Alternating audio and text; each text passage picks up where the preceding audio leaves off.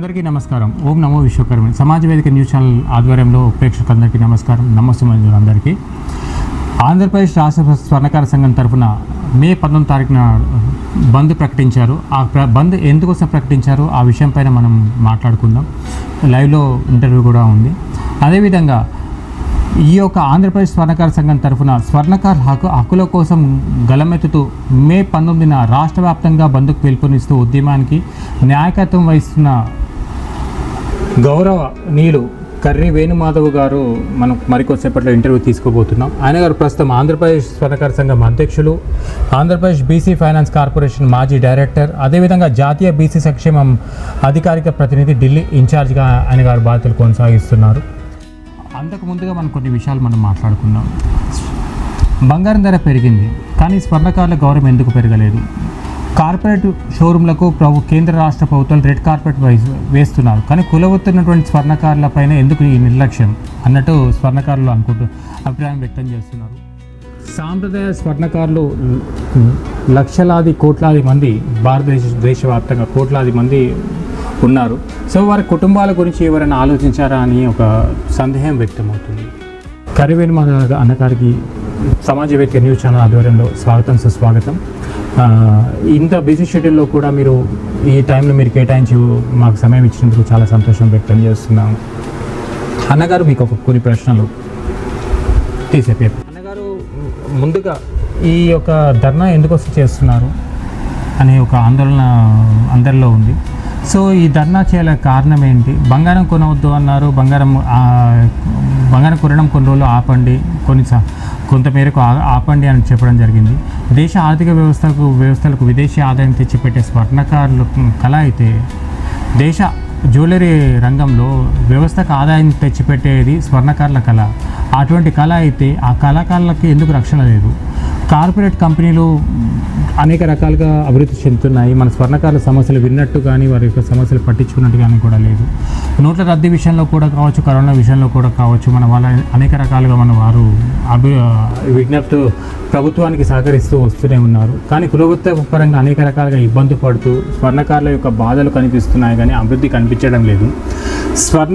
చేతివృత్తి చనిపోతే రేపటి తరానికి స్వర్ణకారుడు అనే పదం చరిత్ర నిలబడుతుంది అనే ఆందోళన ఎక్కువైతుంది. స్వర్ణకారుల ఏళ్ల నాటి కళలు కాపాడడానికి సంక్షేమ బోర్డు లాంటివి ఎందుకు లేవు అని ఆందోళన చెందుతున్నారు. వీటిపైన మీ అభిప్రాయం తెలియజేస్తారు.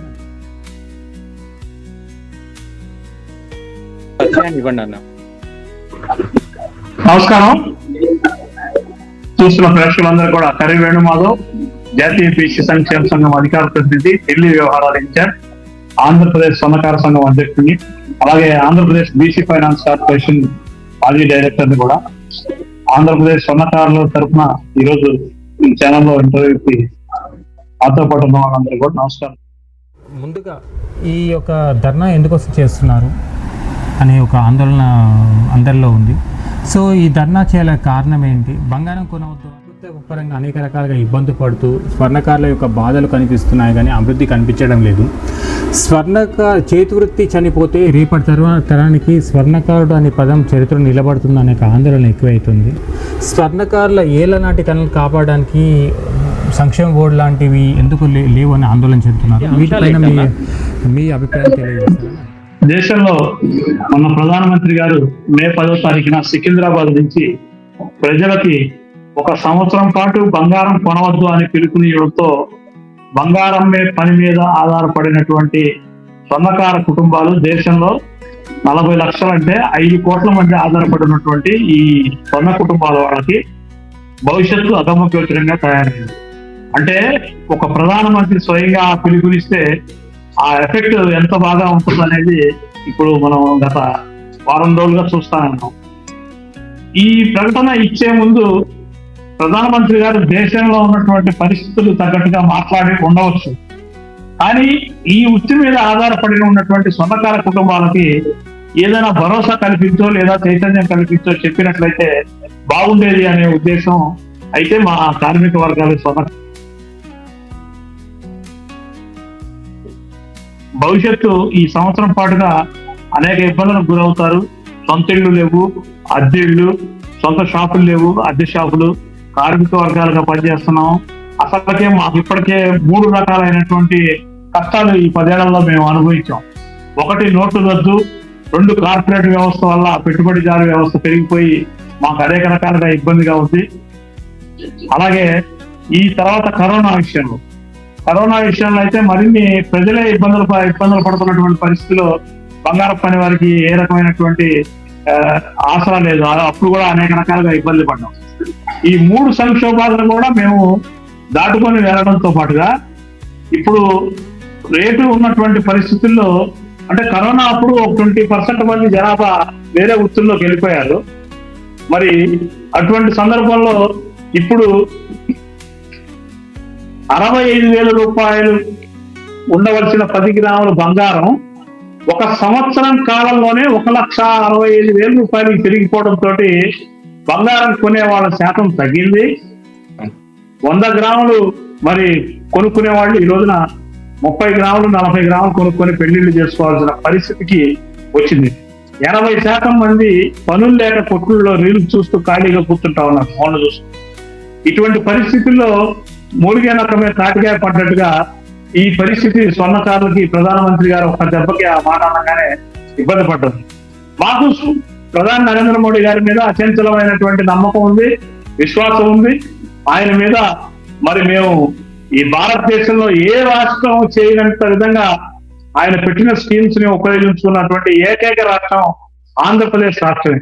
5,000 కుటుంబాలకి మేము దాదాపుగా ప్రధానమంత్రి మోడీ గారి ముద్రా కిషోర్ యోజన అనే లోన్ ద్వారా 3.5 లక్షల నుంచి 5.5 లక్షల రూపాయల బిస్కెట్ 100 గ్రాములు రేటు ఉన్నప్పుడు 5,000 కుటుంబాలకి 27 పట్టణాల్లో మేము లోన్లు ఇప్పించడమే కాక, ఇండియన్ బ్యాంక్ ఆఫ్ ఇండియా ద్వారా ఇప్పించడమే కాక 97.5 ఈఎంఐల రేటు బ్రహ్మాండంగా కడుతున్నటువంటి సంఘం ఏదైనా ఉందంటే భారతదేశంలో ఆంధ్రప్రదేశ్ స్వర్ణకార సంఘం మా ఆధ్వర్యంలోనే జరిగిందని మీకు తెలియజేస్తా ఉన్నా.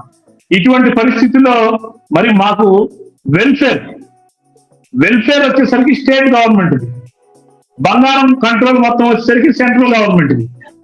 ఈ 2 పరిస్థితుల్లో మరి అత్యధికమైనటువంటి ఆదాయాలు ఇస్తున్నటువంటి బంగారం వ్యాపారం ట్యాక్సుల ద్వారా కానివ్వండి, కార్పొరేట్ సంస్థల ద్వారా కానివ్వండి, బంగారానికి అనేక రకాలైనటువంటి ఆదాయ మార్గం వస్తున్నటువంటి ఈ పరిస్థితుల్లో కాఫీ బోర్డు, టీ బోర్డు లాగా గోల్డ్ బోర్డు కూడా పెట్టాలనే డిమాండ్ మా అఖిల భారతీయ స్వర్ణకార సంఘం నుంచి అనేక సార్లు ఇప్పటికీ మేము చెప్పడం జరిగింది. కానీ ఎప్పటికప్పుడు ఇది దాట వేస్తూ వెళ్తున్నారు. పప్పులు ఉప్పులు అన్నిటికీ కూడా మేము అన్నిటికీ ట్యాక్సులు కడుతున్నాం, మేము కూడా ప్రజల్లాగా. కానీ మా ద్వారా వచ్చేటువంటి వెల్ఫేర్ గురించి మరి రాష్ట్ర ప్రభుత్వం కానీ కేంద్ర ప్రభుత్వం కానీ ప్రత్యేకమైన శ్రద్ధ తీసుకోవాలని మేము కోరుతా ఉన్నాం. దానికి సంబంధించి కేంద్రం ప్రధానమంత్రి గారికి సంబంధించిన ఈ విషయం మటు మీకు దేశంలో ఆయన ఏ నిర్ణయం తీసుకున్నా ప్రజల కోసమే. ఆయన ప్రధాని నరేంద్ర మోడీ అంటేనే మనకుంటే 5 మంది 10 మంది ఉంటారు కుటుంబ సభ్యులు, కానీ 140 కోట్ల మంది కుటుంబం ఉన్నటువంటి ఏకైక వ్యక్తి మా ప్రధాని నరేంద్ర మోడీ అని గర్వంగా మేమైతే చెప్పుకుంటాము. కానీ ఇది బాధగా ఉంది. దీన్ని తెలియజేయడం కోసం మేము ఈ ధర్నా కార్యక్రమం పెట్టామని చెప్పేసి ఆ రోజున ప్రజాప్రతినిధుల్ని బంద్ చేసి ఎమ్మెల్యేని, ఎంపీని, మంత్రుల్ని కలిసి మాకున్నటువంటి ఇబ్బందులన్నీ వినతి పత్రాల ద్వారా అందించి భవిష్యత్తు కార్యాచరణ ప్రకటిస్తామని తెలియజేస్తాం. సాంప్రదాయ స్వర్ణకార కుటుంబాలకు చెందినటువంటి అనేక యువకులు కులవృత్తి ఉపాధి తగ్గడంతో గోల్డ్ ఆపరేషన్ ఉద్యోగాలకు వస్తున్నారు, అందరికి తెలిసిన విషయం. అయితే వారి అనుభవాన్ని, వారి వారసత్వ నైపుణ్యానికి రక్షణ ఇవ్వమని ఏమైనా అడగడానికి ఏమైనా పూనుకున్నారా మీ యొక్క సంస్థల వారు? కంపల్సరీ ఇప్పుడు జాతీయ స్థాయిలో ఇప్పుడు ఉన్నటువంటి వాళ్ళలో నాకు మరి ఎస్బీఐ మజ్దూర్ గోల్డ్ యూనియన్ అధ్యక్షులు నల్లమాటి కొండరావు గారు కానీ, అట్లాగే union bank of gold appraisers union అధ్యక్షులు చక్రవర్తి గారు కానీ అనేక మంది ఇప్పటికే అలాగే ముందుకు పోరాటాలు చేస్తా ఉన్నారు. వీళ్ళతో పాటుగా మరి మేము కూడా కలిసి నడుస్తా ఉన్నాం. ఎవరైతే వచ్చారో మాతో పాటుగా వాళ్ళందరినీ కలిసి ముందుకు తీసుకొని వెళ్తా ఉన్నాం. ఇది చాలా దీర్ఘకాలికమైనటువంటి ఉద్యమం. దీంట్లో తప్పనిసరిగా అనేక రకాలైన చట్టసభల్లో కూడా మార్పులు రావాల్సిన పని ఉంది. కాబట్టి చట్టసభల ద్వారానే దీని యొక్క ఫలితాన్ని తీసుకురావడానికి మేము ఉద్యమ పందాలు తెలుసుకొని ఆ తర్వాత ఢిల్లీ స్థాయిలో ముందుకు వెళ్తాం. ఇప్పుడు మన ఒక దేవాలయంలో పూజారికి ప్రత్యేక స్థానం ఉంటుంది. అలాగే వ్యవస్థలో కూడా ఆయన ఆధ్యాత్మికంగా బాధ్యత నిర్వహిస్తారు. అలాగే బ్యాంకింగ్ రంగంలో కూడా గోల్డ్ అప్రైజర్ సేవలు తాత్కాలికంగా కాకుండా శాశ్వతంగా, అంటే ఇతర కులస్తులు, ఇతర వేరే వాళ్ళు, అనుభవం లేని వాళ్ళు ఎంతో మంది అనేక రకాల వృత్తికి అనుబంధంగా లేకున్నటువంటి వారు కూడా వస్తున్నారు. మరి అటువంటి వ్యవస్థలో కేవలం తాత్కాలికంగా మన వారు ఒక కాంట్రాక్ట్ బేసిక్ లో పనిచేస్తున్నారు. బ్యాంకింగ్ వ్యవస్థలో ప్రత్యేక నైపుణ్యం గుర్తించే విధంగా, అంటే ప్రత్యేకమైన శాఖ విభజించి వారికి ఏమైనా ఉపాధి అవకాశాలు ఏమైనా గుర్తించేటటువంటి శాశ్వతంగా పోస్ట్ లాంటిది ఏమైనా చేయడానికి ఆలోచిస్తున్నారా అన్న? ఇప్పటికే బ్యాంకింగ్ రంగంలో అప్రైజర్లు పెట్టుకునేటప్పుడే అతను 20-30 ఏళ్ళు సీనియారిటీ ఉన్న స్వర్ణకారుడా లేదా విశ్వకర్మ వంశానికి చెందినవాడా అని చెప్పి తప్పనిసరిగా అది వెరిఫికేషన్ జరుగుతుంది.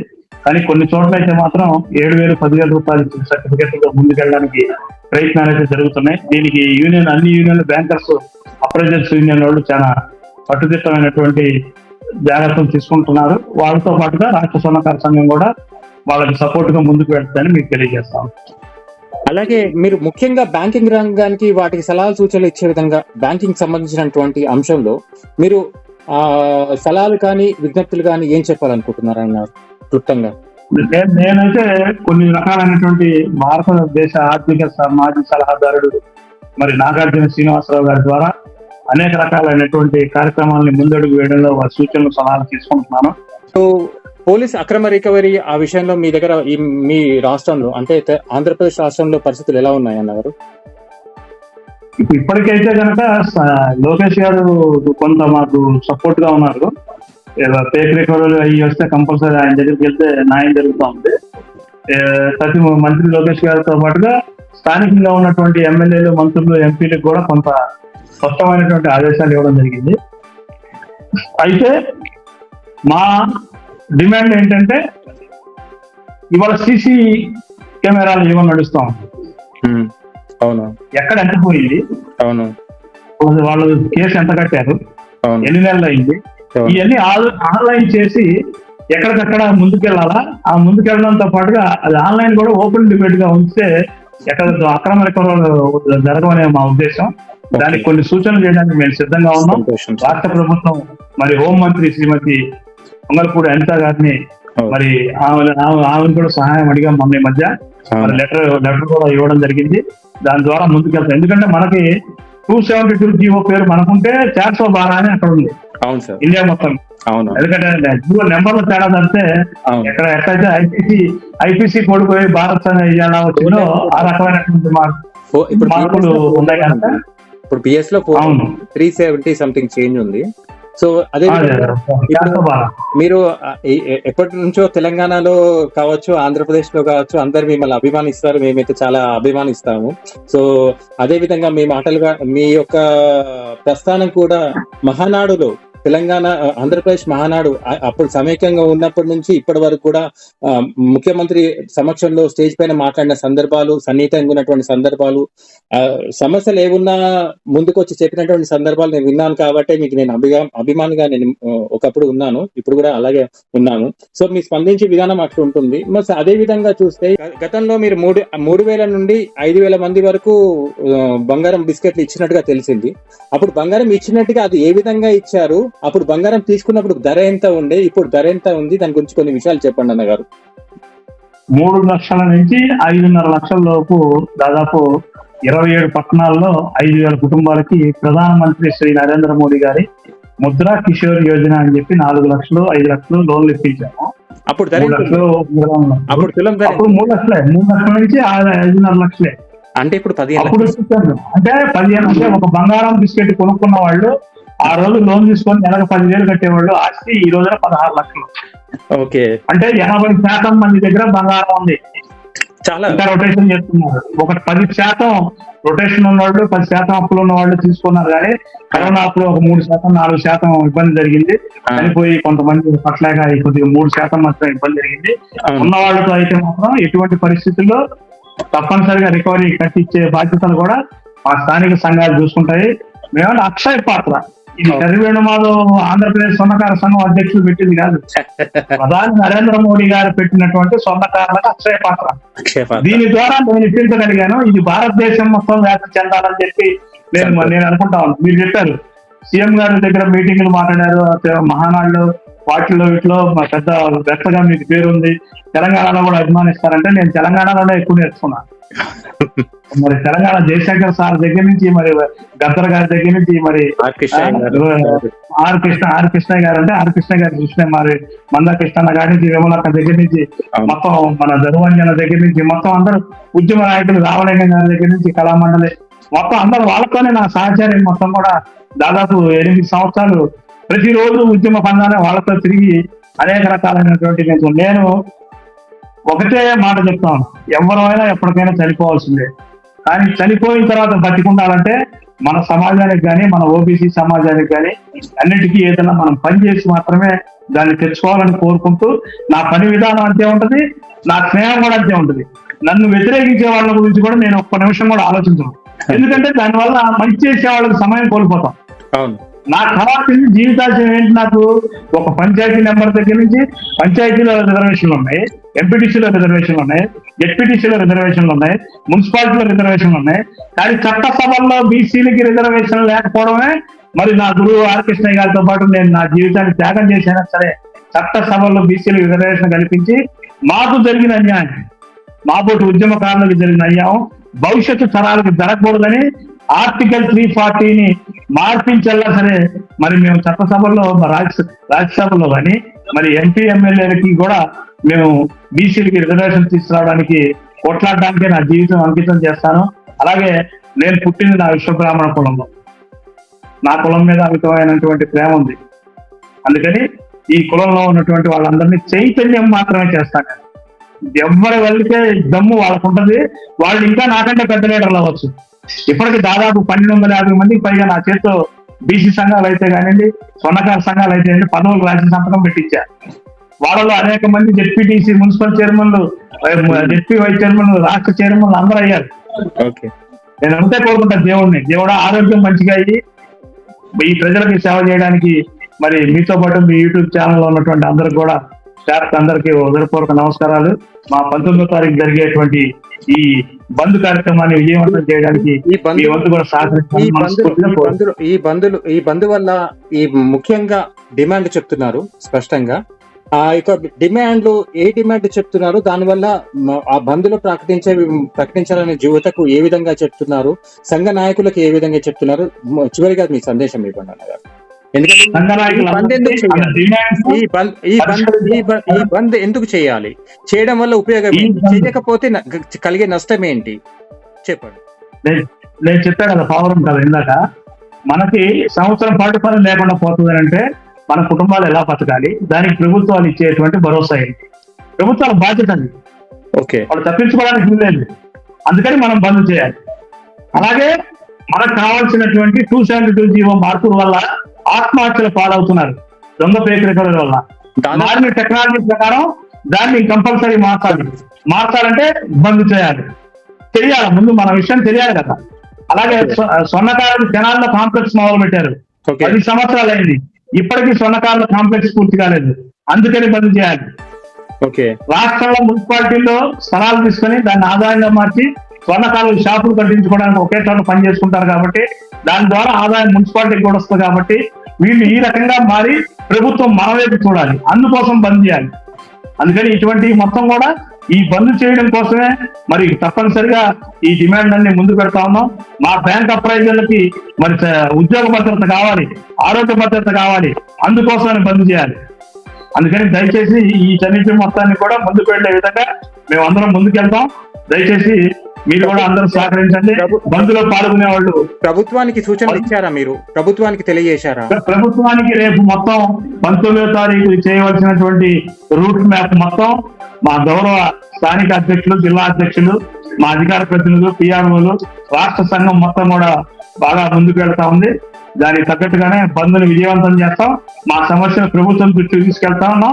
మంచి ప్రభుత్వం ఉంది ఆంధ్రప్రదేశ్ లో, ఆ మంచి ప్రభుత్వం తప్పనిసరిగా మా కోసం పనిచేస్తుంది నమ్మకంతోనే ఈ రకంగా కూడా ప్రభుత్వాన్ని మంచి ప్రచారం చేస్తాం. ఈ బంద్లో కూడా ప్రభుత్వం చేసే మంచి ప్రచారం చేస్తామని తెలియజేస్తాం. చివరిగా చివరిగా నా యొక్క మాటలతో ముగిస్తున్నాను అన్నగారు.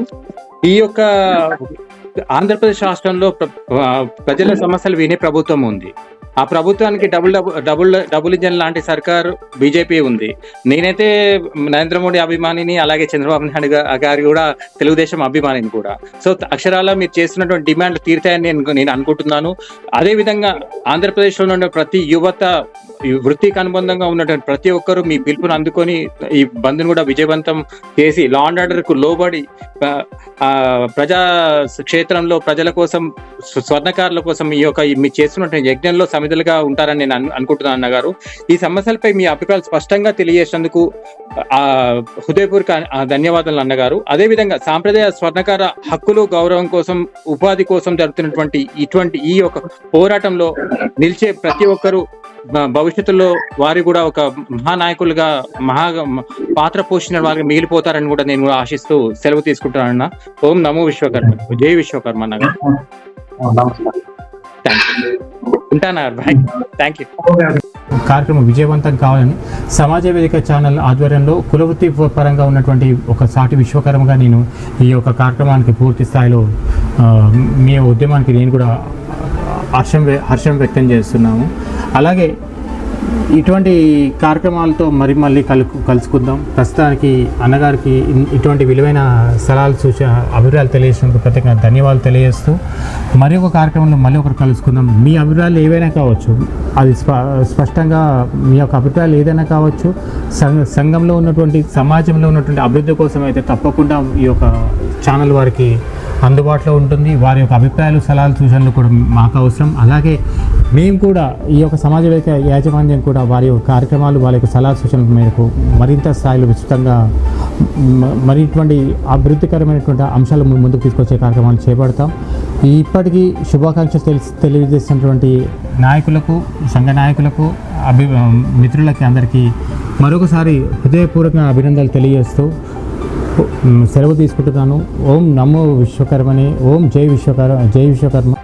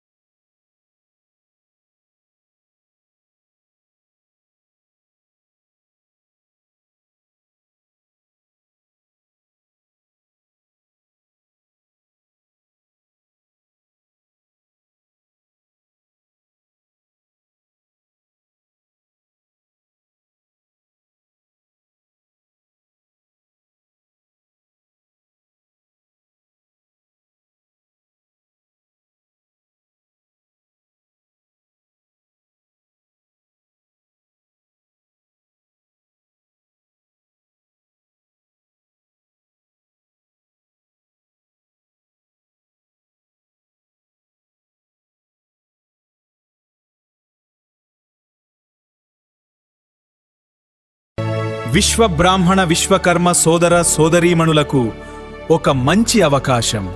మీరు గోల్డ్ అప్రైజర్గా పార్ట్ టైం సేవలు అందించాలనుకుంటున్నారా? Global gold vision jewellery solutions ద్వారా శిక్షణ, నైపుణ్యత మరియు ఉపాధికి ఒక కొత్త దారి. మీ భవిష్యత్తుకు ఒక మంచి ప్రారంభం. గోల్డ్ అప్రైజర్గా పార్ట్ టైం అవకాశం. ఒక అడుగు ముందుకు వేయండి మీ బంగారు భవిష్యత్తు వైపు. ఇట్లు చైర్మన్ బ్రహ్మశ్రీ రాఘవాచారి గారు,